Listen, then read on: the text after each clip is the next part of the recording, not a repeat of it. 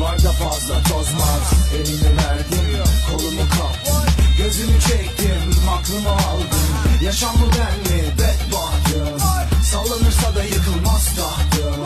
Canım yanar ödüm kopar.